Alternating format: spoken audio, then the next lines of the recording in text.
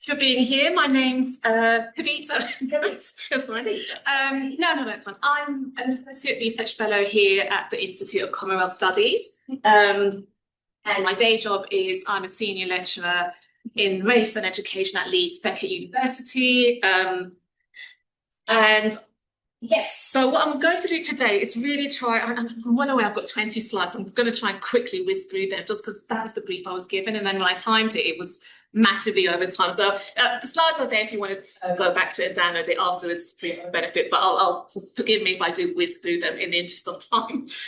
So what I'm going to try and do today is present my work in progress, if you like, on a project that was funded by the Code Teaching and Research Award for this year. And what I'm sharing today is the conceptual and methodological architecture of my work alongside some very early findings from the community engagement phase. I was saying to Michael earlier, there were some delays in that process, so I'm not where I really need to be in terms of the research phase, but I have had initial conversations with the community that I'm working with. So the title, as you just indicated, tries to pack in quite a lot. So it's Digital Comics as Decolonial Green Pedagogy in Distance Education, which brings together three fields. So that's decolonial theory, environmental humanities, and research and distance education. My argument is that they need to come together because I think they all inform each other in different ways. And I'm happy to go deeper on any element on that in the Q&A or in a...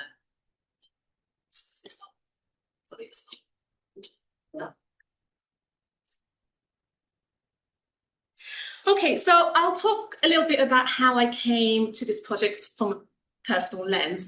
So really it all started during lockdown. During the COVID-19 lockdown, where my own personal relationship with the natural environment and green spaces changed significantly. I was such a city girl, I never really appreciated any of those kind of spaces that were available to me, but I certainly did during the lockdown.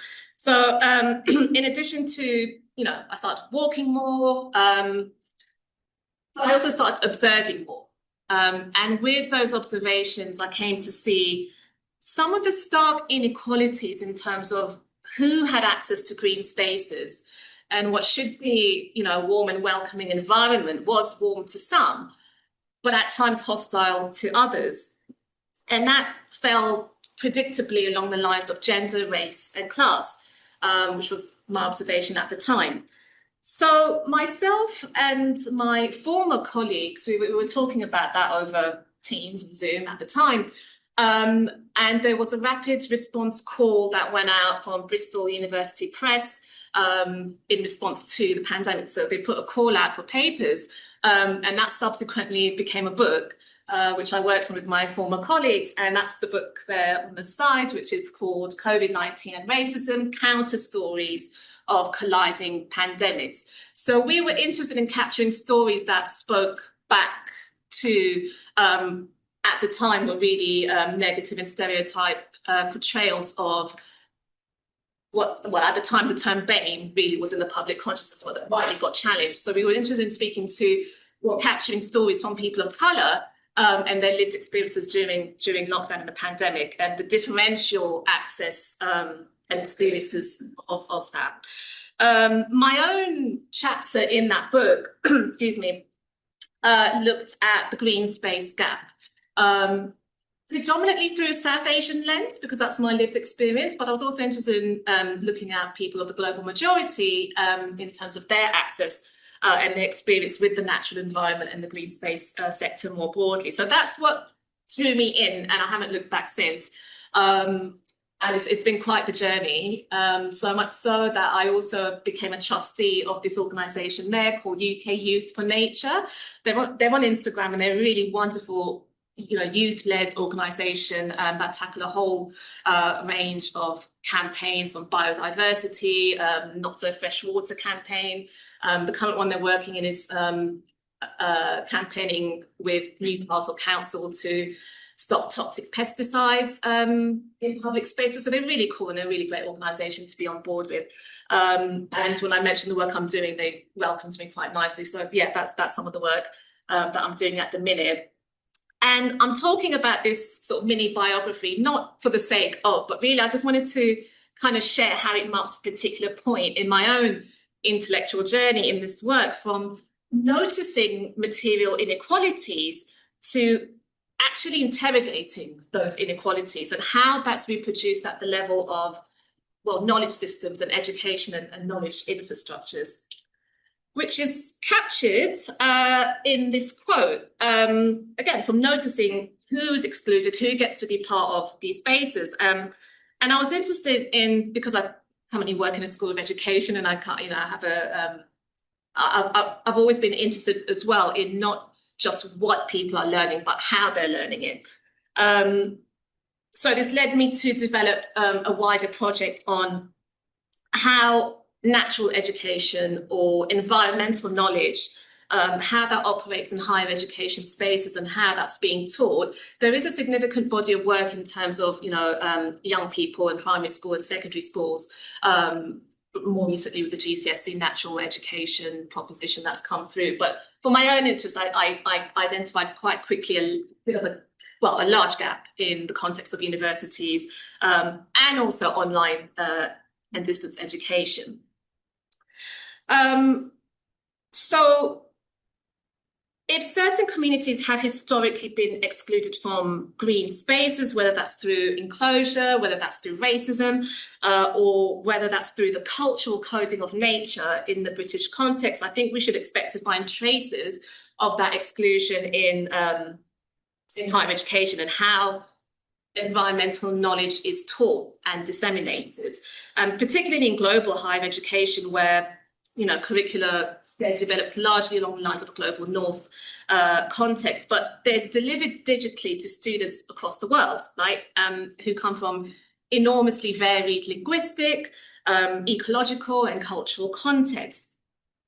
So I want to talk a little bit about what I mean by when I say it's a problem. I'm not talking primarily about the problem of the content, because actually most of the curriculums across the world do engage, in my view, with climate change, biodiversity and sustainability in fairly meaningful ways. The problem that I want to talk about is epistemic. So that's really the problem of knowledge infrastructure. I work in decolonial studies and anti-racism quite a lot, so I'll break down what I mean when I'm talking about epistemic. By epistemic, I mean pertaining to the production, to the validation and circulation of knowledge. So what counts as legitimate knowledge, and who is recognized as a legitimate knower, and what forms of knowledge are permitted to travel. And by epistemic hierarchy, I mean the well-documented tendency within academia, at least, to treat Western scientific knowledge as the universal default, while treating indigenous, community, and traditional ecological knowledge systems as the other, or, you know, supplementary at best. And when we translate this to the online space and distance education, I think, in my view, the problem does change somewhat and actually intensifies a little bit. Because the learning environments and spaces, whether it's in person and online, aren't neutral, and, you know, they're structured in particular ways. So I don't want to take away in terms of while the kind of broader discussion is about climate change, and that is the geopolitical urgency. For the purpose of my paper, the analytical focus I'm interested in is the knowledge infrastructures and how that's taught and what gets left out and what gets and what's discounted, as it were. So the project sits at the intersection of four fields, as I mentioned earlier. So decolonial theory, which draws on the work of Walter Mignolo, Anibal Quijano. And decolonial theory is a wonderful tool to interrogate why certain forms of environmental knowledge are systematically devalued. Then I looked to environmental humanities, which I think is quite an exciting field in terms of how it integrates diverse ways of knowing the natural world, and it's increasingly more attentive to a whole range of disciplines, but also highlighting the precariousness across racialized and post-colonial communities. Critical digital pedagogy, which I won't go into much, but yeah, and epistemic justice, which extends this kind of all the discussions within post-colonial studies, but they really, as a field, that really does attend to the forms of injustice that occur, specifically knowledge economy. So all of that informed my project in different ways. And you might be thinking at this point, why comics, and how does comics now play a part in all of this? Simple answer, why not? No, I'm joking. It's, I think as a method and as an outcome, it does work fantastically well, because as a way of intervening in these knowledge infrastructures that I'm trying to interrogate, it plays its part, which I'll come to shortly. I'll skim through this really quick. So these are the 4 research questions that, in a sense, have structured my project, but I'll leave those for you to read afterwards. I wanted to talk a little bit about the theoretical framework as well, because again, staying on my kind of decolonial principles that have informed. So I drew on these 3. So Vandana Shiva's work, very well-known feminist. She's got this work called Earth Democracy, the Prakriti Purusha tradition, and that very much moves against this dualism of nature versus human. I was quite drawn to that, as you know, because some of the early conversations I've had with my participants speak about us as being, there's no distinction between nature and humans, we are one. They are not separate entities. So in terms of, it comes from a South Asian philosophical tradition, which intrinsically challenges this dualism. It's more about oneness rather than separation. So that informed kind of my thinking around the project. And Tagore's concept of Ananda, which means aesthetic learning. And that really is that creative expression is central to learning, because I think sometimes, well, I'm sure none of you, but people I speak to, we forget that there has to be joy in learning, right? It can't just be this very serious enterprise, which on some levels I'm sure it is, but I was keen to kind of bring back the joy and the happiness in discovering new ideas and concepts and learning. So I wanted to, that was quite central to sort of my ideas, and then just keeping that sentiment and that affect running throughout the whole project. From that, I distilled 3 more principles that organise my project a little bit. And again, they're drawn from South Asian traditions, which I'm positioning as alternative, if you like, to conventional academic research design. So the first one is Sangam, which means confluence. So by Sangam, I mean that academic and community knowledge can work together. They don't have to be separate things. Typically, I suppose academic knowledge is seen as the rigorous, standard. But in my view, I think there's something to be said about community knowledge having that same, having value. So this idea that scholarly work and community work genuinely inform each other rather than one invalidating the other. Seva, which literally translates as service, it's more of a concept rooted in duty. So by that I mean, for example, I'll be talking to people at this community group, which I'll come to in a second. I didn't think it was enough for me to just go in and interview them and not give them anything in return by way of a material benefit or anything like that. So in my mind, I thought, well, I did ask them, what would you like from me? How can we make this a reciprocal relationship and develop that relationship with some of the community members? And one of the ways which actually they requested was they wanted a copy of the digital comic that's going to come at the end of this project for themselves. So I'll be working with a professional comic artist to render the research data, if you like, and give that to them individually. So that's one material benefit for their, essentially for their intellectual labor, rather than me positioning myself as almost like this pyramid, top of the structure. I'll talk down, tell me what you want, and extract. I'm trying to move away from this idea of extraction of intellectual labor, but more as a co-creation, if you like. So as well as one requested some digital skills training, which I'm looking into as well. So in my mind, that's kind of working with the Seva principle. And lastly, Bahuvida, which means multiplicity. To use the tree as a metaphor, there's this famous expression, one tree, many roots. And I thought, well, yes, and then you've got one tree of learning, but it grows from many roots. So it's just simply that there are many valid paths to understanding. One doesn't have to invalidate the other. One doesn't have to be inferior to the other. And I really wanted to use that because there was a lot of learning in terms of what was coming out of that community space, not just from the elders, but also from the young people in that setting as well. So we were all, learning this very circular way, but with this understanding that there are multiple ways of knowing all these subjects, and it's not just one particular fixed way. So why comics? So that was a carefully considered choice, right? It wasn't a whimsical one. I think as a multimodal form, comics can bridge linguistic diversity, and it offers multiple entry points for globally distributed learners.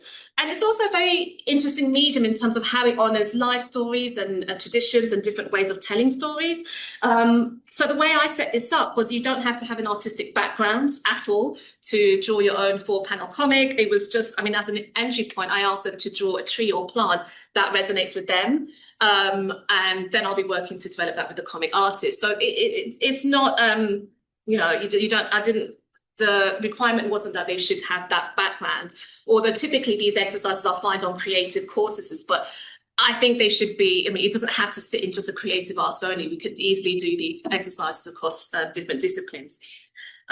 So I'll skip to, that's the 4-panel. I haven't gotten to that stage in the research just yet, but yeah, I'll skip that after. Some of the literature briefly that I've been looking at in advance of this.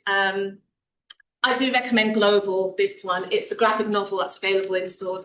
It's about climate change from the eyes of 2 young people, one living in Bangladesh and one in Canada, and how their paths converge. And it was actually a really nice entry point into understanding how these conversations are global and how we're all connected and affected in different ways through this. So I do recommend that. Right, so I'll talk about Dadimas. So that's the community group I'm working with real quick.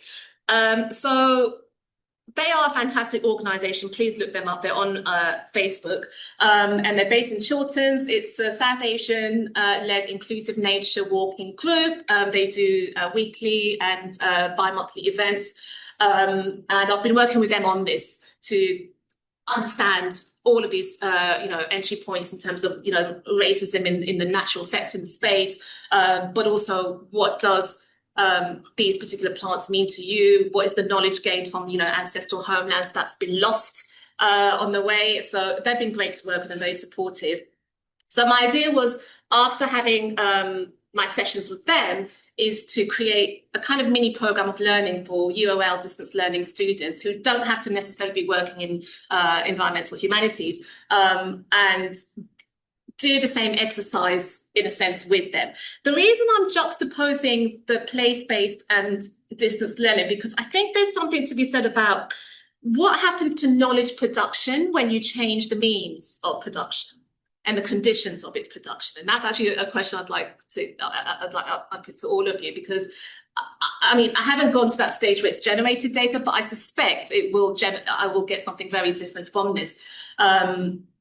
And quite of it resonates, thank you, with what Baroness Chakrabarty spoke to earlier. She was talking her keynote. I thought it was fantastic because there were a lot of resonances with what I'm trying to do as well. So, right, I've got 2 minutes left.